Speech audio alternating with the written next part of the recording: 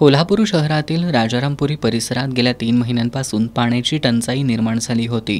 याबाबत इथल्या नागरिकांनी महापालिकेच्या पाणीपुरवठा विभागाकडे तक्रारी केल्या होत्या, मात्र याकडे दुर्लक्ष करण्यात आल्यानं इथल्या महिलांनी शिवसेना महिला आघाडीच्या शहर प्रमुख प्रतिज्ञा उत्तुरे आणि महेश उत्तुरे यांच्या नेतृत्वाखाली गुरुवारी कोल्हापूर दौऱ्यावर आलेले विरोधी पक्षनेते अंबादास दानवे यांच्या जनता दरबारात तक्रार दाखल केली होती। त्यावेळी दानवे यांनी महापालिकेचे अतिरिक्त आयुक्त केशव जाधव, जलअभियंता नेत्रदीप सरनोबत यांना राजारामपुरीतील पाणीपुरवठा 24 तासात सुरळीत करून त्या संदर्भातील अहवाल सादर करण्याचे आदेश दिले होते। त्यानंतर महापालिकेची यंत्रणा गतिमान झाली।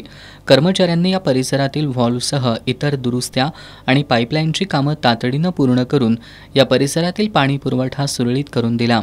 पाणीपुरवठा सुरळीत झाल्यानं इथल्या नागरिकांमधून समाधान व्यक्त होत आहे।